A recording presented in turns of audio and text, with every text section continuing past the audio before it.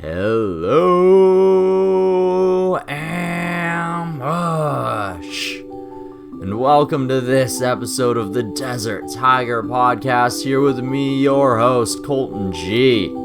Today on this episode of the show, we're taking you behind the music with a creative force in guitarist Murray Atkinson.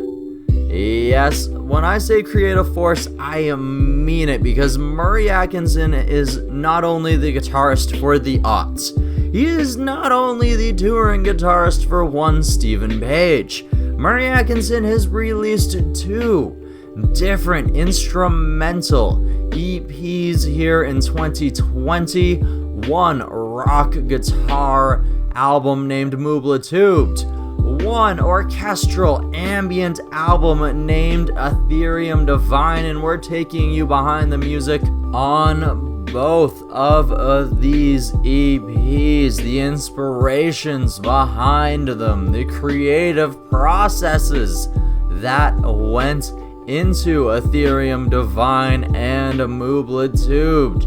We're going to be taking some time to dive into the world of video game music with Murray, as well as Murray produces soundtrack packages that independent game developers can pick up and add to their own little worlds. We're going to dive into the road that Murray traveled before he got the opportunity to join up with the Aughts. We're going to be talking about the importance of songwriting and writing to serve the song, not take away from the song. We're going to be diving into a whole lot here with one Murray Atkinson, and we're going to be kicking it all off so very soon. But before we do, we're going to play a song, and we need to let you know that this episode is brought to you today by Desert Tiger Merch.com, because that's where you go to pick yourself something up for the show, to represent it everywhere you go. And with the holiday season approaching fastly, you're gonna want to move on this. I warned you last episode, we're getting low on tubes, we're getting low. We're selling out in smalls for a lot of our things. We're super low on anything above an XL. Things are moving, and I don't think I'm going to get a reorder in before the holiday season. So if you want what is left, you gotta move now. DesertTigerMerch.com. Now it's time that we got the vibe going right for this conversation with Murray Atkinson. Why don't we do it with a track off of Mubla Tubed? This is the lead track off of the EP. This is Grinding.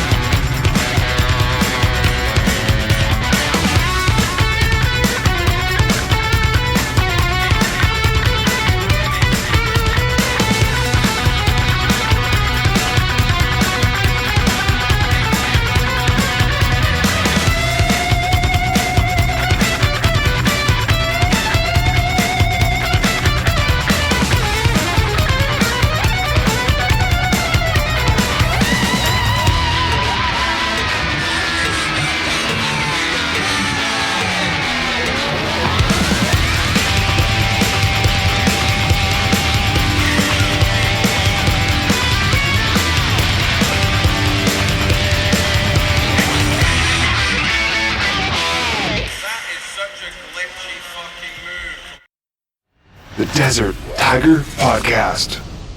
Hello, my name is Colton G. I'm with the Desert Tiger Podcast, and I'm looking for Murray Atkinson. Well, you found him. How's it going, Colton? Oh, yeah, I'm doing great. How are you today, Murray? Fantastic. I'm doing good. Thanks. Yeah. Love to hear it. Things are good. Awesome. So we're connecting today to talk a little bit about your musical journey and some of the things you got going on. Awesome. Yeah. It's been a good busy year. Well, a good busy couple of years. Obviously, this year didn't turn out to be quite as busy as I'd hoped. Getting out there and playing and stuff kind of all came to a crash and a halt in March, as we all know. But it's been music has just been what I've done my whole life, right? So it's been a long journey, but here we are. Let's talk about it. Yes, of course. So it's been very productive, even given a lot of the situation, and we're gonna get there soon enough. But of course, I want to give the listeners of the show a little bit of that background of that musical journey before we lead into all of what you have going on right now. So let's take that little bit of a dive here. Cool. Obviously, for some of our guests, they may know you for your time with a group like The Odds or some of your other projects, but where exactly did your guitar prowess begin to be built? Sitting by myself in my bedroom, practicing endlessly and relentlessly as a confused teenager trying to figure out life and going, Jesus Christ. Life is crazy. I'm just going to sit here and play my guitar. How's that? And, when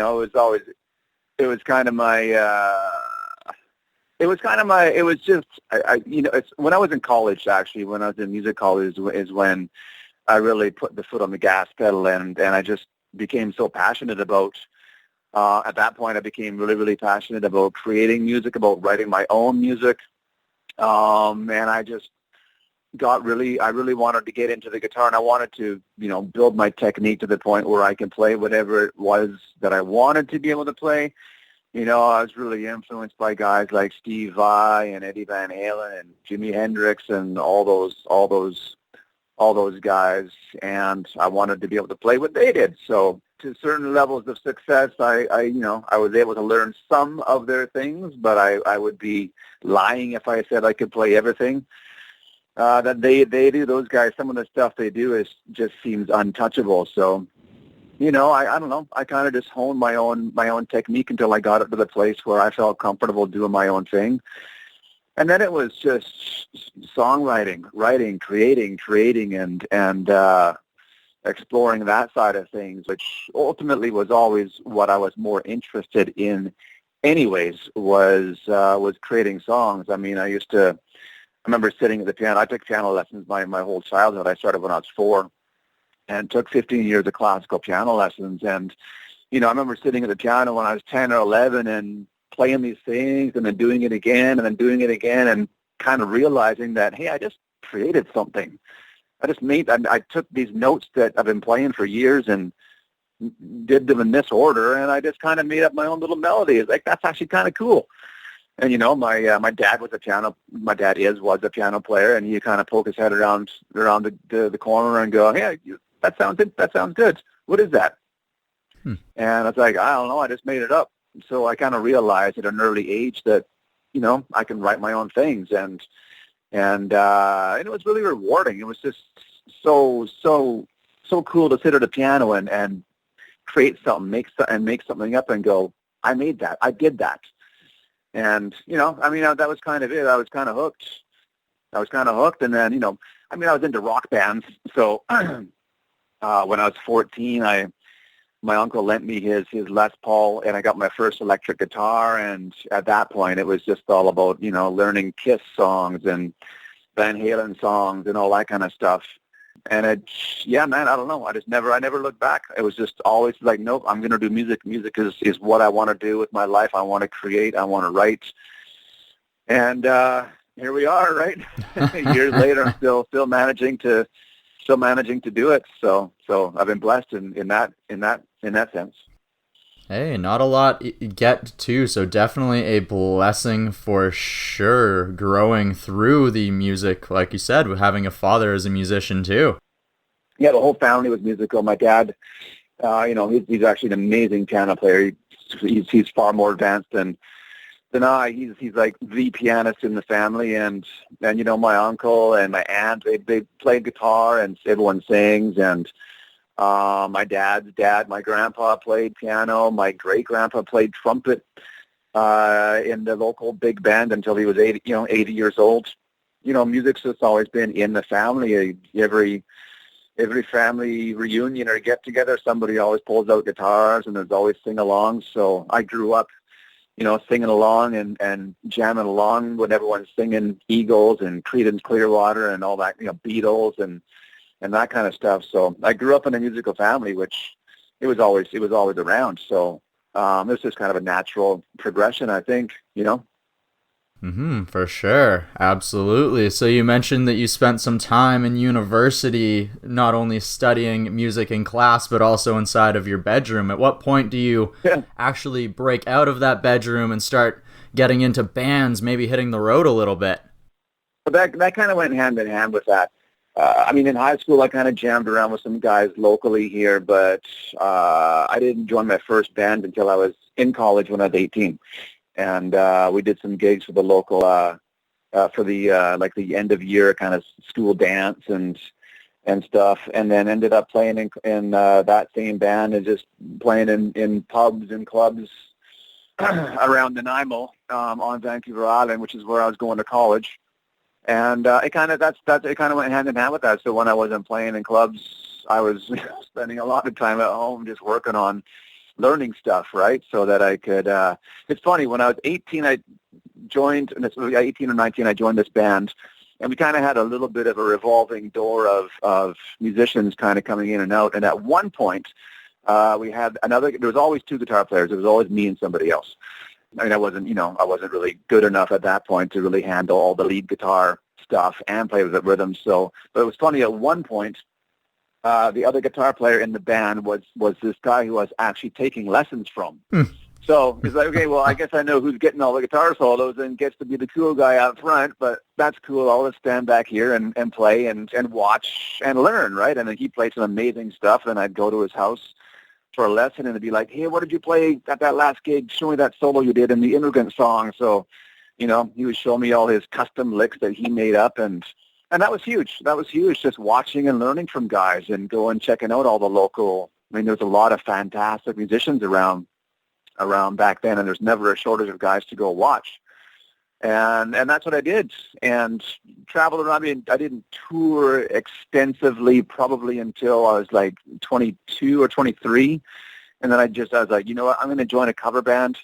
And we would go and travel around BC and Alberta. We'd go up for like 11, 12 weeks at a time.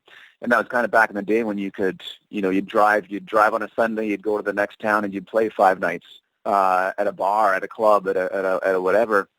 And just learning, I ended up learning just hundreds and hundreds of cover songs, which was great. You learn all that stuff. You learn what they do. You learn what they play.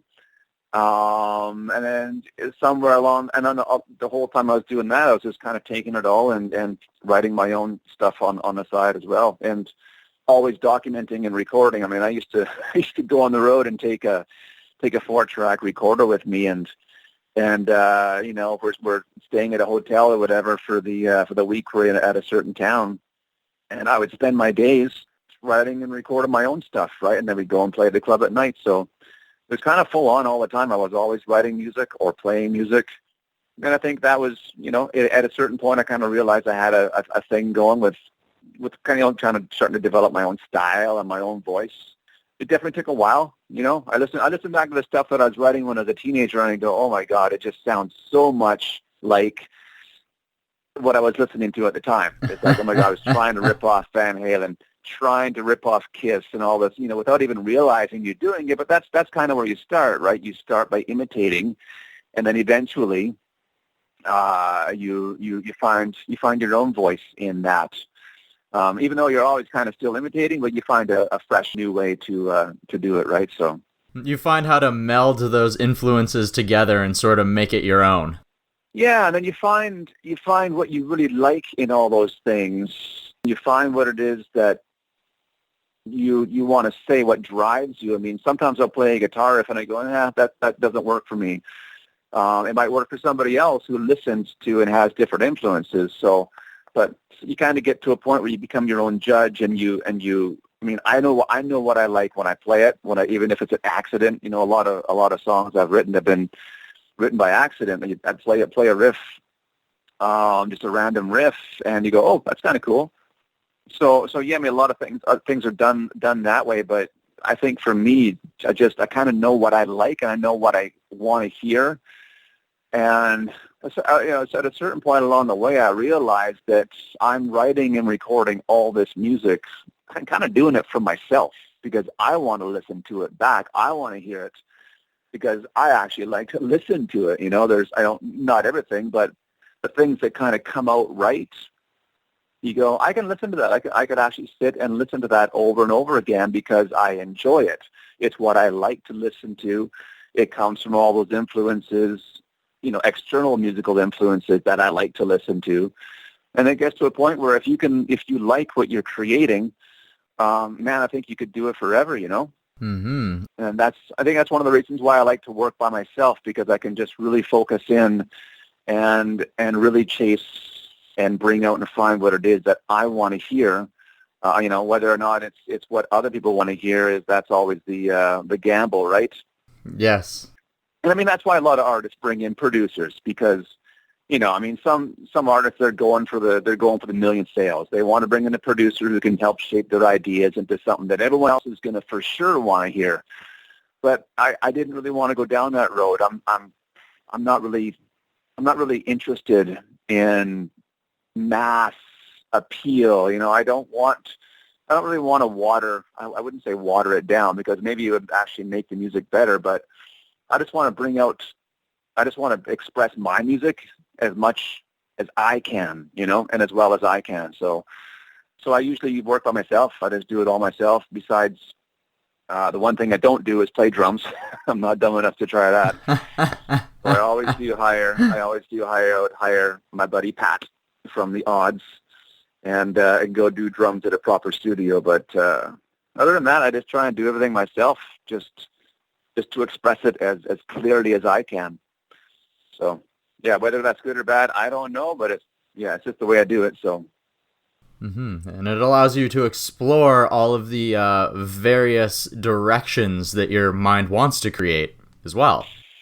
Yeah, and that can be a problem because every day could be a different direction, right? It's you gotta tame that horse and rein it in at a certain point. And at a certain point, I was able to kind of look at my library of stuff, music sitting on the hard drive, and go, you know what? I think I've got enough tunes here to put together as an EP. So that's what ended up becoming the Mubla Tubed EP. But I mean, that's maybe a hundredth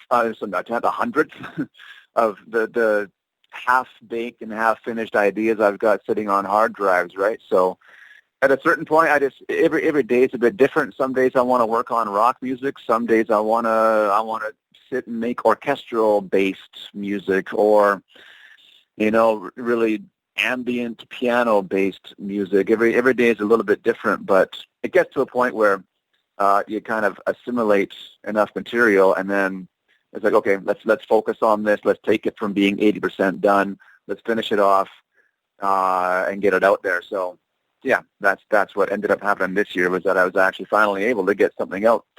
So felt good to release that EP and get it done. Mm-hmm. And it also allowed you the opportunity to get out other things. Was Aetherium Divine also one of those projects where you found you had a lot of the sounds already in that collection and it just had to be polished up? Yeah, exactly. I made a bunch of different tunes. There was more songs I could have put on that EP, and the same for Mubla Tubed. I could have probably released 9 or 10 songs and made a full-length album, but I just wanted to kind of get it done and get it out instead of adding a few extra months to it. All right, I just wanted to get it done, get it out. And yeah, the Aetherium Divine thing was the same thing. I was like, you know what? I think it's 6 songs. I think it's 6 songs. But you know what? They're polished. They're at the point where they could sound good. I went back, and I was like, okay, I'm going to release these 6 songs, and I think over the next few days I'd listen to it on the headphones when I was, out walking the dog, and I'd stop and make notes on my phone. And I just got to the point, where it's like, okay, I've got enough for an EP. I'm just going to put this out. And there's probably half of another EP that's almost ready to go that I will release at some point next year. But that's kind of that's how I work. That's just how I do it, because I do everything on my own. So. Yeah, it's going to be a matter of just releasing whatever's ready to go. I don't know what's going to be next, to be honest. I have no idea what's going to be ready next. I mean, I can make a list and try and stick with it, but I know that my creative day-by-day mood swings is going to probably pull me off schedule. But I don't mind also doing that, because when the inspiration strikes, I think you really have to you have to chase it.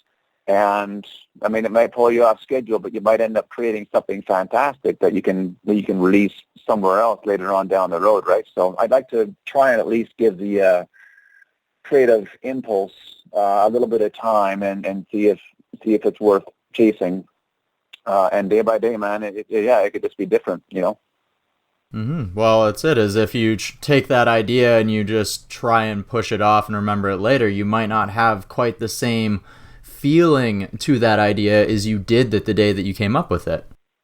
No, exactly. And I think everyone's got their own idiosyncrasies and ways that if you give one idea to 10 different people, they're going to come back with 10 completely different songs. So I know that I know that I've got habits. So if I sit with something too long, my habits will end up molding it into something that kind of sounds predictably like, it's like, oh yeah, that's what I would do. That's what Murray Atkinson would do with that idea. But I find when something just pops out and it's super fresh, it can be something that doesn't maybe sound exactly what I would typically do. And trying to capture it before your own personality kind of smothers it is a really interesting challenge.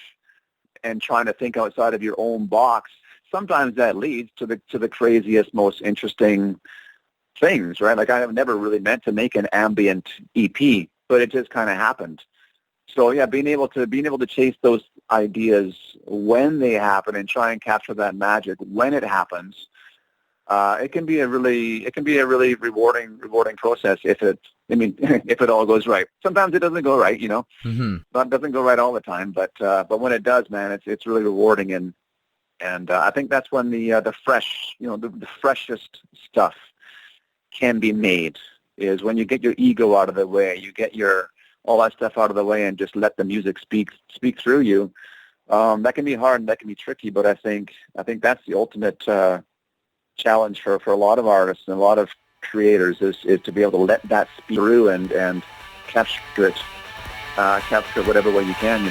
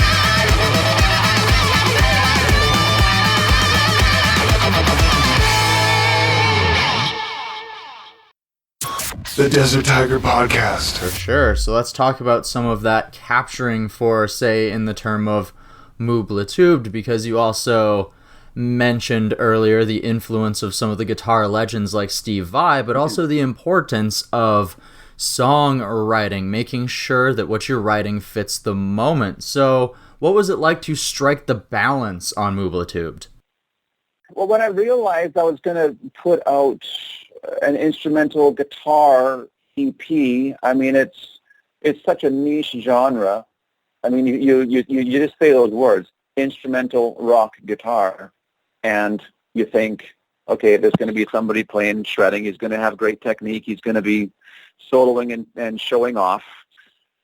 That's kind of what I think. I mean, that genre has been so stereotyped, and it kind of pigeonholed itself into that for sure.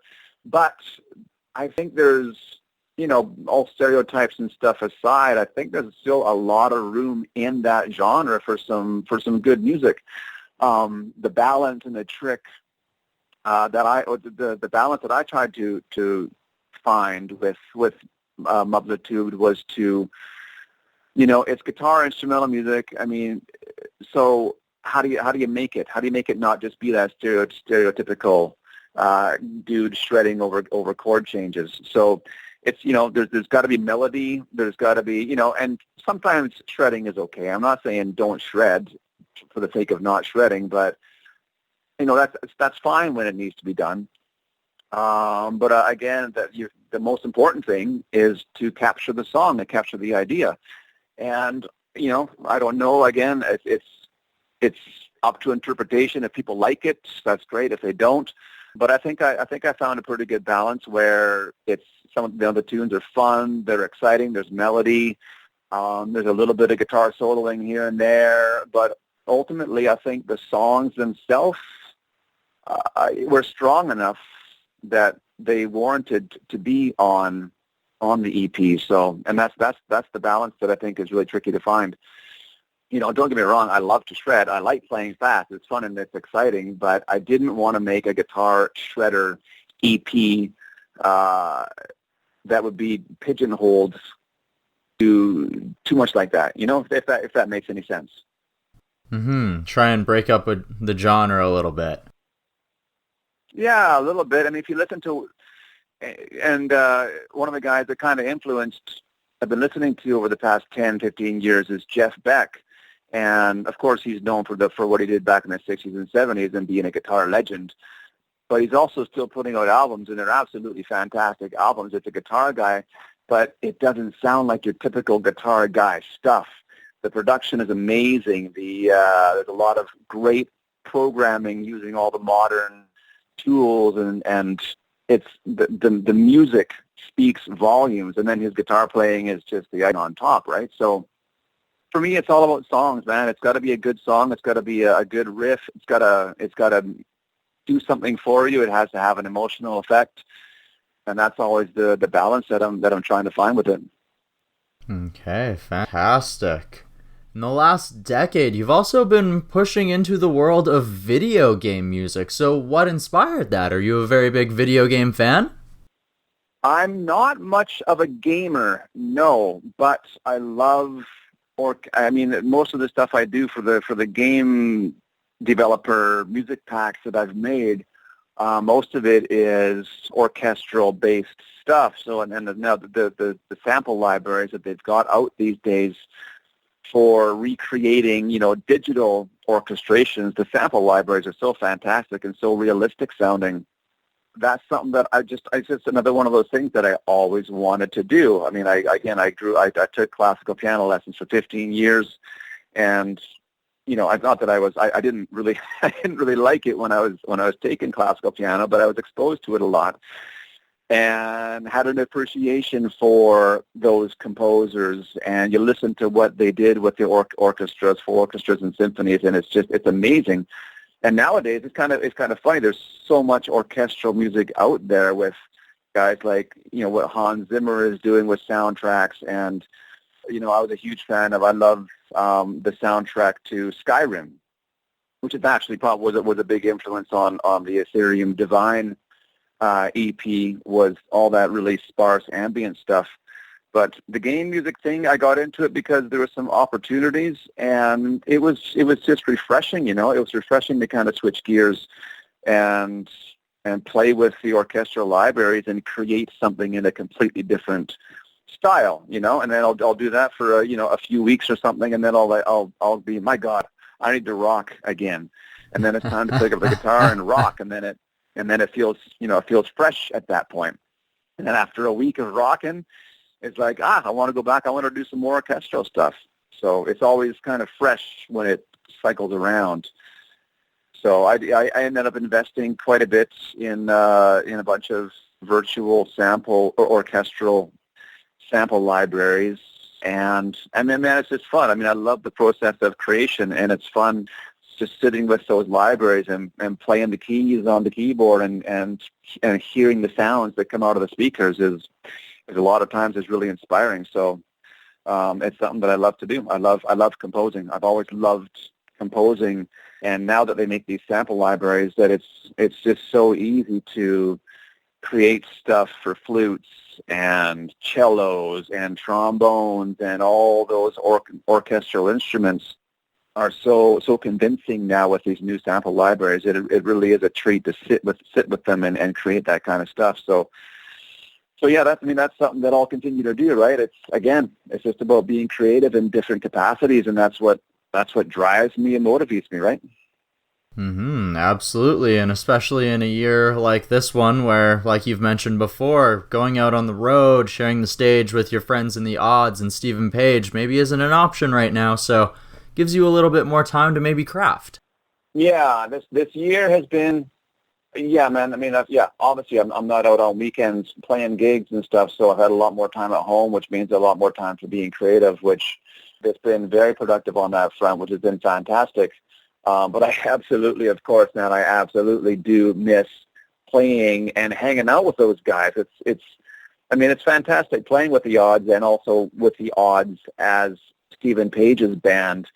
The music is fantastic. I love playing with those guys, but man, it's so much fun just hanging out with those guys.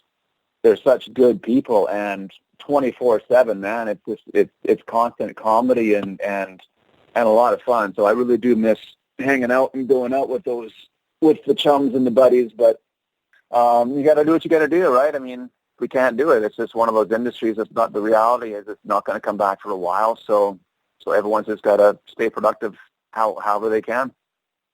It's a bit of a drag, but it is what it is. So. Hey, exactly, it is, but you have to do what you can, and like you mentioned, there are a few things coming out in the future, like maybe another follow-up Ambient album, maybe a follow-up to Mubla Tubed. What else possibly is coming down the pipe for Murray Atkinson here at the end of 2020, the beginning of 2021? Well, I'm really hoping to get this. I ended up writing it turned into a almost 13-minute instrumental 6-song suite. It's kind of rock instrumental thing, but it's about 6 different ideas that I just stuck them together, and it's like, wow, that actually all works as one big, long, epic, a suite is the best way to describe it. So it's obviously quite a bit of work, and that was all basically composed during this shutdown. It's like when this whole pandemic happened in March, I don't think I wrote anything for like the last 2 weeks of March. I was just kind of in this weird headspace, this zone where it was like I couldn't focus, I couldn't be creative, trying to make sense of what was going on in the world and stuff. And then I think once I came to terms with it, the start of April, man, it just poured out. And one of the first things that kind of happened was this instrumental suite of 6 different ideas, and I basically kind of wrote it how it exists right now. It's finished. It just needs to be. I got to put real drums on it, and I got to replay a bunch of things. But it kind of, again, it's one of those things that almost wrote itself. You know, I get to the end of one idea, and then the next thing would pop into my head. It's like, yes, it should go there, and it kind of transitions from these heavy rocking guitar parts to these mellow piano-based things, and then it kind of builds back again into a rocking guitar part. So That's coming out and coming down the pipe slowly. Probably be ready in 2021. I've got also a follow-up to Mubla Tubed in the works, a follow-up to Aetherium Divine. And also, I'm going to re-release an album that I actually put out 10 years ago. It's called Salt March, and it's a full-on rock record with vocals and everything. And I had signed a deal with an indie label 10 years ago, and that deal's expired, and the rights to the masters have reverted back to me. So that's on the schedule for a re-release in 2021 as well. So lots is going to be coming out soon. So it's just a matter of getting it all done and prepped and ready to go. Wow, you definitely sounds like you have been staying productive for sure. Yeah, man, absolutely. And then of course the odds. I've been working on odds stuff as well here at home, and we are, I'd say we're like 90%, probably closer with that. You'll probably hear some new odds stuff coming out first before anything of mine comes out. But we're basically got like a 10 or 12 song album almost ready to go. So that's coming out too, man. So yeah, lots of stuff coming out. I mean, it has been productive. Lots to look forward to. Nice. I love to hear it, especially as a fan of Corner Gas. Oh yeah. Having heard the odds open up that show for years, I'm always excited for some more odds. Oh, awesome. Have you seen the animated series? A friend of mine actually just sent it to me like 2 days ago, so I still need to jump into it. Okay, right, awesome. Yeah, I mean, so Craig Norby, lead singer, odds. He's been composing for the animated series. So that's all him doing the music on there, which is great. He does it, and we've done a few things on that as well. We've all kind of chipped in at various points. All of us odds guys have played on some of that. So if you're an odds fan, check out the Corner Gas animated series, because that's all. It's a lot of odds guys got their fingers all over that. If you're a Corner Gas fan, you need to check it out too, for sure. Absolutely, yep. All right. Well, Murray, I want to thank you so much for joining us here to tell us a little bit about your journey up to this point, about Mubla Tubed, about Aetherium Divine, and about everything else you have coming up in the future, including a 13-minute rock suite. Yeah, man. Well, thanks, dude. It's been a pleasure talking to you, and thanks for the opportunity to chat about it all. It's been great. Yes, it has been, and I hope that you, the ambush, feels the same way. I hope you enjoyed this conversation with Murray Atkinson. I hope you enjoyed the songs that we played for you today off of his EP, Mubla Tubed. At the beginning of the show, we played Grinding.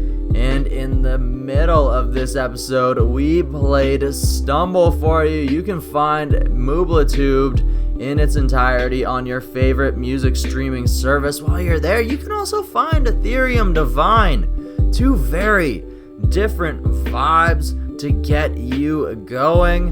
And while you're there, you might as well hit follow, so that when he drops that 13-minute rock suite on ya, it's gonna be on your phone, in your hands, in your ears. ASAP. And now it's time for those final DTP roaring thank yous. And the first roaring Desert Tiger thank you goes to Murray Atkinson for joining us here on today's episode of the show. And I have to go ahead and thank the wonderful Eric Albert, big ol' EA. You know we got mad love for EA here on this show. And last but not least, it is you, the loyal, dedicated ambush. If you have yet to join up with the well, let me tell you, it is super easy. It's as easy as hitting subscribe, follow on the podcast listening service you're using right now. If you've already done that, you can also help the show grow all of three different ways. 2 of them are free, and that's the best part. One of those is sharing this episode on your social media with your friends, with your family, anyone who you think would enjoy it. Well, you can do that if you tagged the Desert Tiger Podcast, me, the Colton G, or Murray Atkinson. We can show you some love. You can also review the show with a big old 5 stars. You can also help us out by heading on over to deserttigermerch.com and copping yourself something to represent the show. Ah, yeah. And next, Tuesday, November the 10th, 2020 on the Desert Tiger Podcast, we are joined by Jordan Pollard. Yes, country singer, songwriter Jordan Pollard is making quite a splash. And we're going to be diving into the details behind the music next Tuesday, and I cannot wait for you to join me then. But until then, you know what it is. I want you to go out and find your mountaintop, to find your oasis, the thing that makes your heart sing and scream to its fullest capacity, its passion to its fullest glory. Find that thing, craft that thing, grow with that thing, and when your roar is finally ready to let out, let that roar out across that mountaintop, that valley. Let that roar out across that oasis, that waterfront. And when you let the world know how wondrous your roar is, just how beautiful you can be. And I'm going to say it again, because we don't hear it enough. So, you are beautiful. And share it with the world. Please do. And until next week, bye-bye.